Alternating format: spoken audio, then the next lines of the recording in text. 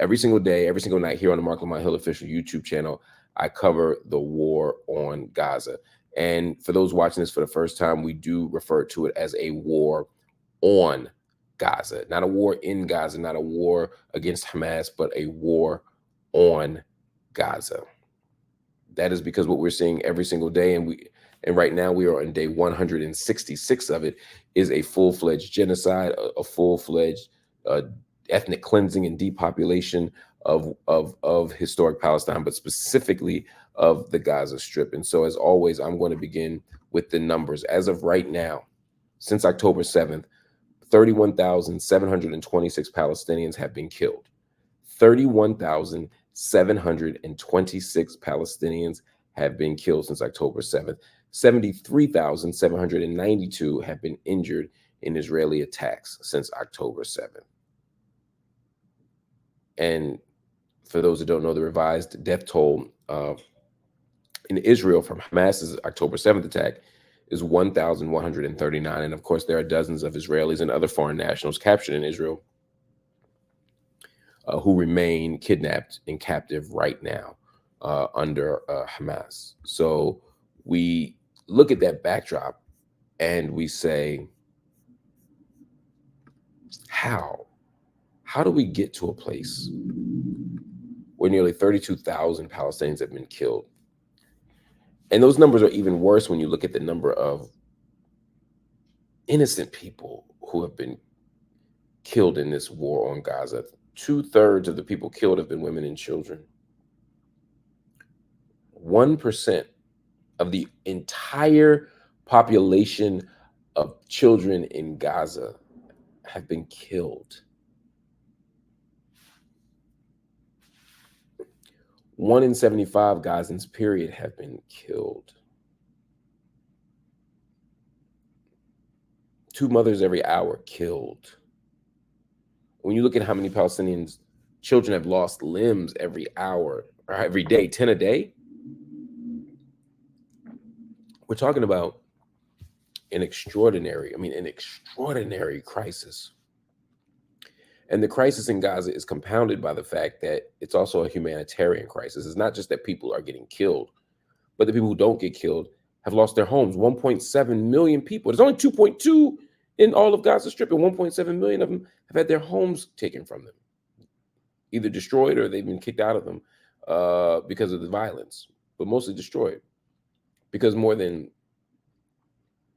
half of Gaza at this point might be at 60 or 70% of Gaza physically. The built environment, the buildings in Gaza have been destroyed. Every university in Gaza has been destroyed. Hundreds of schools in Gaza have been destroyed. 122 wells have been destroyed, preventing access to water. And so it's not surprising that 1 in 4 people in Gaza right now face malnutrition and famine even. This is the reality of a war on Gaza, and it's continuing every single day. It is not getting better at all. Just to give you an example, Al-Shifa Hospital in Gaza City. This is the biggest hospital in all of Gaza. Already, in the last 24 hours, dozens of people have been killed because of an Israeli attack on Al-Shifa Hospital. They raided Al-Shifa Hospital on Monday. They argued that Hamas fighters had grouped inside the hospital and were directing attacks from inside. There's been no independent verification of this. In fact, I spoke to a doctor right here on Night School a week ago, Abdul Wahab Abu Warda, who says he's never even seen a member of Hamas in the hospital. They've seen no military activity in the hospital. That's consistent with what the European doctors who worked in Shifa Hospital said. It's consistent with what everybody has said, except the Israeli government, who has provided no proof of this. And so when you see dozens of people killed, and this is by Israel says dozens of people were killed and that hundreds of people were arrested. Dozens or hundreds of people also were injured in Al-Shifa Hospital. This is a problem. But it ain't the only problem.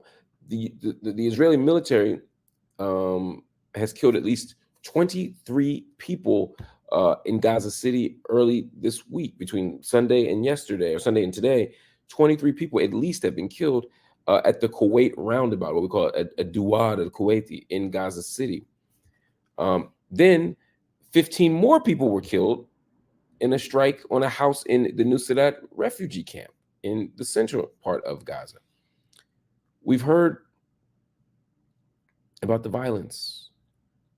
But again, I want to reiterate that people are also on the brink of death. They're staring death in the face because of starvation, because of dehydration. We've already lost 27 people from dehydration. Dozens of children are being killed.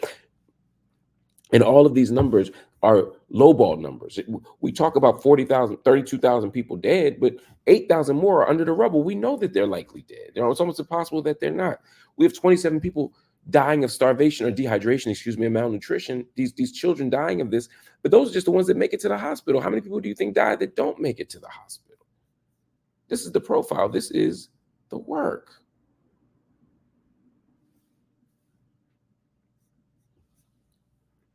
These are the developments that are happening in Gaza. We also see the harassment of journalists. My colleague, in fact, there was something in particular I wanted to read to you all, and I think I just hit the wrong button. So let me get it right.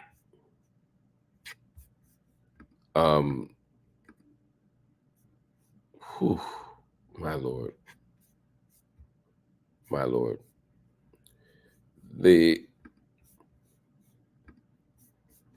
The level of violence that we're seeing right now is unimaginable. Let's talk a little bit more about, before I get back to the humanitarian thing, Prime Minister Benjamin Netanyahu told Republican senators in the United States today that Israel will continue its war to defeat Hamas.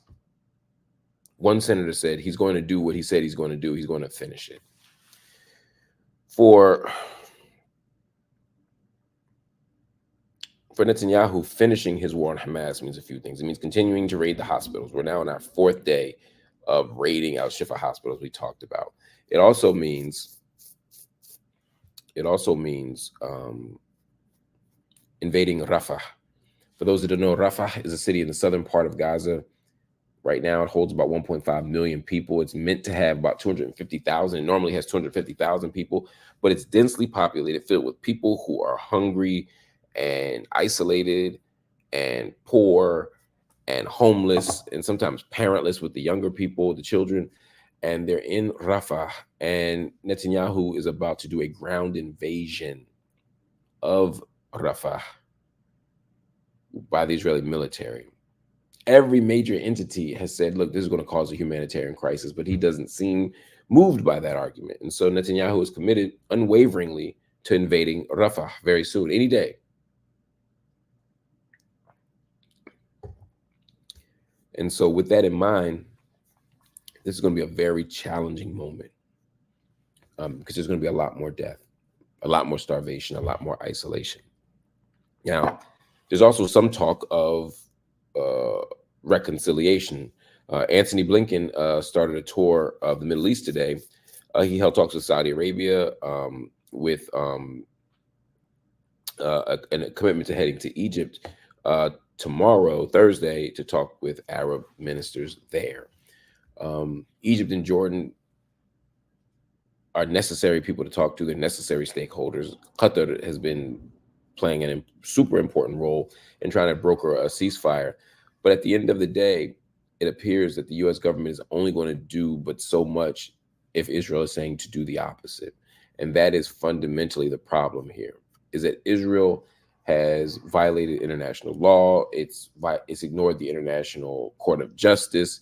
It has violated every basic and intuitive standard of human rights and of international law. And the only people who can really stop it, the only people who can really intervene in a proper way,